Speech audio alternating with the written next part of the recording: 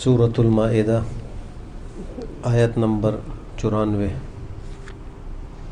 اعوذ باللہ من الشیطان الرجیم، بسم اللہ الرحمن الرحیم۔ یا ایہا الذین آمنوا لیبلونکم اللہ بشیء من الصید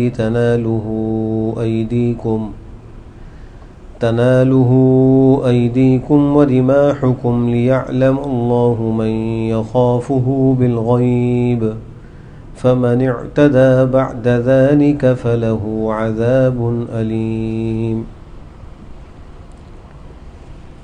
اس سے پہلے آیات میں اللہ سبحانہ وتعالیٰ نے کچھ محرمات کا تذکرہ کیا تھا، کچھ ایسی چیزیں جن کو حرام کیا گیا ہے اور ان کو ہمیشہ ہمیشہ کے لیے حرام کیا گیا ہے، ان کا تذکرہ تھا۔ ان میں شراب ہے، جوا ہے اور بت پرستی ہے، اور اسی طریقے سے پانسوں کے ذریعے سے تقسیم وغیرہ کا سلسلہ تھا۔ ان سب کو حرام قرار دیا گیا ہے۔ اس آیت کے اندر بھی ایک حرام چیز کا تذکرہ ہے، لیکن وہ وقتی حرام ہے، ہمیشہ کے لیے حرام نہیں۔ اور اس کی تفصیل یہ ہے کہ حالت احرام کے اندر یا حدود حرم کے اندر شکار منع ہے۔ ایک شخص حج یا عمرے کا احرام باندھے تو وہ کہیں پر ہو، جب اس نے احرام باندھ لیا تو اب اس کے لیے شکار حلال نہیں ہے، اور شکار سے مراد خشکی کا شکار ہے، مثلا ہرن ہے یا مثلا پرندوں کا شکار ہے، تو یہ اس کے لیے منع ہے۔ لیکن اگر وہ احرام کی حالت میں سمندر کا شکار کرتا ہے، مچھلی پکڑتا ہے، تو اس کی اجازت ہے، وہ اس کے لیے حلال کیا گیا ہے۔ آگے آیات میں اس کا تذکرہ بھی آ رہا ہے۔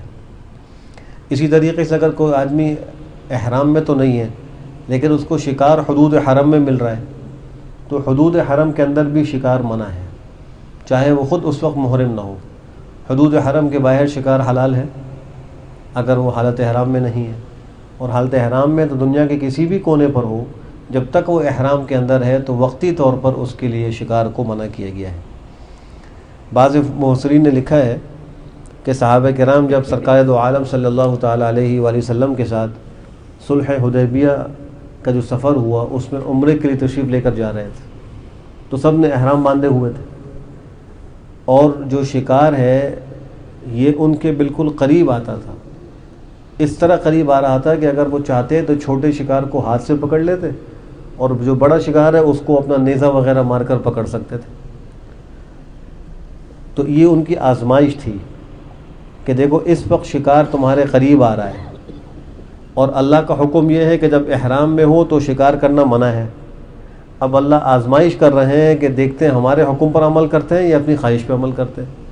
تو صحابہ کرام اس آزمائش میں کامیاب ہوئے، اور کسی صحابی نے کوئی شکار نہیں کیا، حالانکہ شکار بالکل ان کی پہنچ میں تھا۔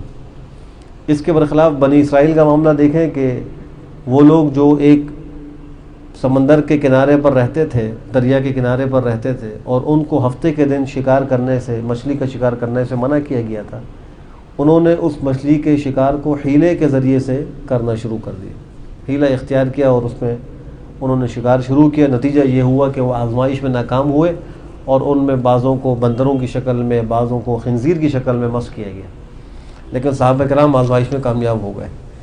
تو اسی آزمائش کا ذکر ہے، اور اس کے بعد آیت کے اندر شکار کے بارے میں کچھ احکام کا تذکرہ ہے۔ فرمایا کہ اے ایمان والو، لیبلونکم اللہ، ضرور بالضرور تم کو اللہ آزمائے گا، بشیء من الصید، شکار میں سے کچھ کے ذریعے سے، شکار میں کچھ تھوڑے بہت شکار کے ذریعے تمہاری اللہ آزمائش کرے گا۔ تنالہ ایدیکم، جس شکار کو تمہارے ہاتھ پہنچتے ہوں گے، یعنی تم اپنے ہاتھوں سے ان شکار کو پکڑ سکتے ہو۔ ورماحکم، اور تمہارے نیزے، یعنی جو شکار چھوٹا ہے تم اس کو ہاتھ سے پکڑ سکو گے، جو بڑا ہے تم اس کو نیزوں سے پکڑ سکو گے۔ اور ایسا کیوں کرے گا، کیوں آزمائے گا؟ لیعلم اللہ، تاکہ اللہ ظاہری طور پر جان لے، من یخافہ بالغیب، کہ کون اللہ سے بن دیکھے ڈرتا ہے۔ صرف اللہ کے خوف سے، اللہ کے حکم کو سامنے رکھتے ہوئے کون ہے جو ڈرتا ہے، اور کون ایسا ہے کہ اللہ کے حکم کو پس پوچھ ڈال کر اپنی خواہش پہ عمل کرتا ہے۔ فمن اعتدى بعد ذلك، بس جو شخص حد سے تجاوز کرے گا اس کے بعد، پس اس کے لیے دردناک عذاب ہے۔ اور حالت احرام میں شکار کرنا یہ حدود حرم میں شکار کرنا یہ ایک اعتداء ہے، حدود سے تجاوز ہے، اس پر عذاب علیم کی وعید ہے۔ یا ایھا الذین آمنوا لا تقتلوا الصید وانتم حرم ومن قتله منكم متعمدا فجزاء مثل ما قتل من النعم يحكم به ذوى عدل منكم هديا بالغ الكعبة أو كفارة طعام مساكين أو عدل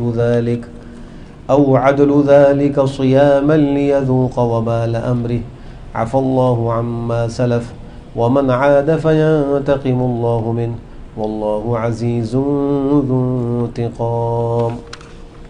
فرمایا کہ اے ایمان والو، مت قتل کرو شکار کو اس حالت میں کہ تم محرم ہو، احرام باندھے ہوئے ہو، شکار کو مت مارو۔ جو شخص تم میں سے شکار کو مار ڈالے گا جان بوجھ کر، مفسرین نے لکھا ہے کہ یہاں متعمدن جان بوجھ کر کی قید اتفاقی ہے، لہٰذا اگر کوئی خطأً بھی کسی کو بھول کر بھی کسی جانور کو مار ڈالے حالت احرام میں تو اس پر بھی جزا لازم ہوتی ہے۔ جزا کیا ہے وہ آگے اللہ ذکر فرما رہے ہیں۔ تو جان بوجھ کر کوئی شکار کو مار ڈالے، قتل کر دے، یا غلطی سے اس سے کوئی شکار مارا جائے یا بھولے سے ہو جائے، تو ہر صورت میں اس کا کفارہ ہے۔ فَجَزَاءٌ مِثْلُ مَا قَتَلَ مِنَ النَّعَمِ، تو جزا ہے مثل اس کی جو اس نے چوپائے جانوروں میں سے قتل کیا۔ جس جانور کو قتل کیا ہے اس کا مثل بطور جزا کے اس پر لازم ہوگا۔ اب فقہا کا اس مثل کے اندر اختلاف ہوا۔ امام شافعی رحمہ اللہ فرماتے ہیں کہ اس سے مراد وہ مثل ہے جو صورت کے اعتبار سے اس کے مثل ہو، شکل و صورت میں، خلقت میں اس کے مشابہ ہو، جس کو اصطلاح میں مثل صوری کہتے ہیں، خلقت و شکل و صورت کے اعتبار سے اس کے برابر ہو۔ مثلا کسی نے شتر مرغ شکار کر لی تو جثے میں اس کے مثل اونٹ ہے، ان کے نزدیک اس کے بدلے میں اونٹ لازم ہوگا۔ کسی نے نیل گائے کا شکار کیا یا اس نے زیبرے کا شکار کیا تو اس کے مثل جثے میں گائے ہے، تو بطور تاوان کے اس کو گائے دینی پڑے گی۔ کسی نے ہرن کا شکار کیا تو اس کا مثل سوری بکری ہے، اس کو بکری جو ہے وہ بطور جزا کے دینا پڑے گا۔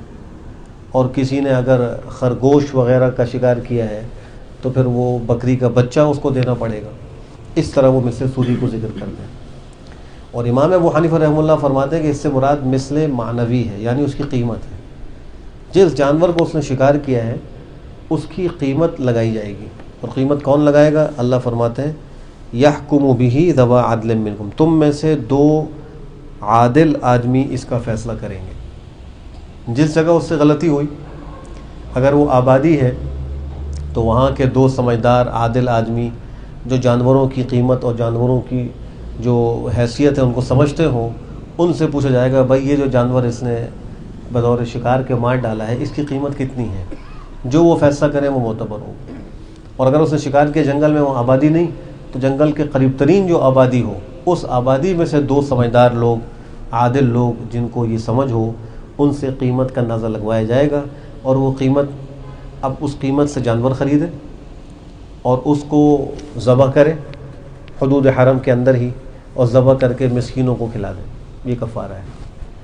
اور یا پھر جو قیمت اس نے لگائی ہے دو عادل آدمیوں نے، اس سے کوئی اناج اور غلہ وغیرہ خرید لے، مثلا گندم خرید لے، اور پھر اس گندم کو صدقہ فطر کی مقدار کر کر کے ایک ایک مسکین کو وہ دے دے۔ مثلا اس نے ہرن کا شکار کیا، ہرن کی قیمت ہے 50,000 روپے، مثال کے طور پہ لگا دی گئی بھائی یہ 50,000 کا ہے، تو وہ 50,000 کی جو قیمت لگائی ہے اس کا وہ غلہ خریدے، اور غلہ خرید کے اس کو ہر مسکین کو صدقہ فطر کی مقدار، یعنی تقریباً احتیاطاً 2 کلو جو آٹا ہے وہ ہر مسکین کو دے دے، اور چاہے تو جتنے مسکینوں کو وہ تقسیم ہوگا اس کے برابر روزے رکھ لے، جس کا ذکر ابھی آگے آ رہا ہے۔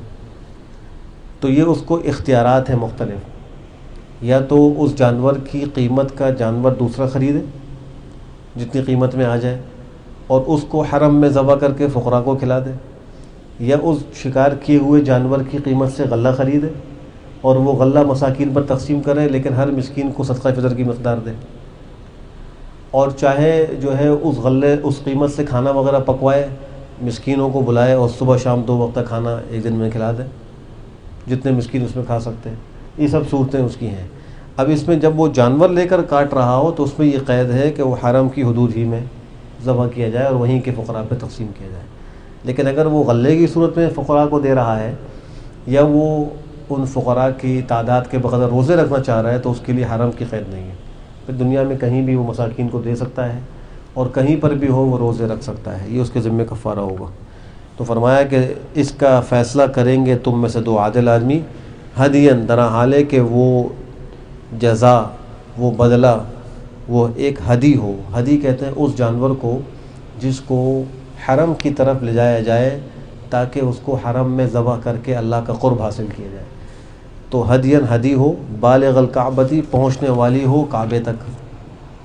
تو لہٰذا جب کوئی آدمی اس قیمت کا جانور یا امام شافعی رحمہ اللہ کے بقول اس کی صورت کی طرح کا کوئی جانور بطور جزا کے ذبح کرنا چاہے تو اس کو حرم میں پہنچانا ہوگا، حدود حرم ہی میں وہ ذبح ہوگی. بالغ الکعبہ کہ پہنچنے والی ہو کعبے کو. او کفارۃ طعام مساکین، یا کفارہ ہوگا اس پر مسکینوں کا کھانا غلہ. تو اس میں بھی جو قیمت جانور جس کو اس نے شکار کیا ہے اس کی جو قیمت متعین ہوئی ہے اتنی ہی قیمت پہ غلہ دینا ہوگا. او عدل ذالک صیاما، یا جتنے مسکینوں کو نصف سا یا کہیں کہ صدقہ فطر کی مقدار میں وہ مال تقسیم کیا جائے گا تو ان مسکینوں کی تعداد کے بقدر روزے رکھے، اس پر روزے لازم ہو جائیں. لیذوق وبال امر، یہ ساری سزائیں کیوں ہیں؟ تاکہ وہ اپنے کام کا بوجھ اور اس کا ذائقہ چکھے. جو غلطی کی ہے اس کا مزہ چکھے، آئندہ کے لیے غلطی نہ کرے کہ اس نے احرام کی جو ہدایات تھیں اور اس کا جو تقدس تھا شکار کر کے پامال کیا. یہ حدود حرم میں رہتے ہوئے جو ادب کے ساتھ وہاں رہنا تھا اس نے شکار کر کے اس کو پامال کیا. تو اس کا مزہ چکھانے کے لیے اس کے ذمے یہ کفارے لگائے گئے. عفا اللہ عما سلف، اللہ نے معاف کر دیا جو اس سے پہلے گزر گیا. جو پہلے ہو گیا اللہ نے سب معاف کر دیا. ومن عاد، جو دوبارہ کرے گا، فینتقم اللہ من، اللہ اس سے انتقام لے گا. واللہ عزیز، اللہ زبردست ہے، قدرت والے ہیں، ذو انتقام، انتقام لینے والے ہیں. تو اللہ کے انتقام سے کوئی بچ نہیں سکتا. وحل لکم صید البحر وطعامہ متاعا لکم وللسیارہ وحرم علیکم صید البر ما دمتم حرما واتقوا اللہ الذی الیہ تحشرون. حلال کیے گئے ہیں تمہارے لیے سمندر کا شکار، وطعامہ متاعا لکم، اور اس کا کھانا. سمندر کا کھانا کیا ہوتا ہے؟ سمندر جو ہے وہ چڑھتا اور گھٹتا رہتا ہے اور چاند کی تاریخوں کے اعتبار سے اس میں مد و جزر ہوتا ہے. تو کبھی ایسا ہوتا ہے کہ جب پانی اترتا ہے تو کچھ مچھلیاں وہ پانی کم ہونے کی وجہ سے دوبارہ پانی میں نہیں جا سکتی ہیں، خشکی میں رہ جاتی ہیں اور وہ مر جاتی ہیں. تو اسے کہتے ہیں عربی میں ما یقذفہ البحر، جس کو سمندر کنارے پر پھینک دے. پانی کم ہو گیا اور مچھلی بڑی تھی جا نہیں سکی اور وہیں رہ گئی اور پانی کے بغیر وہ مر گئی، تو یہ سمندر کا کھانا ہے. اللہ فرماتا ہے تمہارے لیے حلال کیا گیا. تو مچھلی کو وہ جال سے یا کانٹے سے خود پکڑے یا سمندر اس مچھلی کو کنارے پر ڈال دے اور وہ کسی کے ہاتھ لگ جائے تو وہ حلال ہے. متاعا لکم، تمہارے فائدے کی، تم کو فائدہ پہنچانے کے لیے، وللسیارہ، اور مسافروں کو فائدہ پہنچانے کے لیے.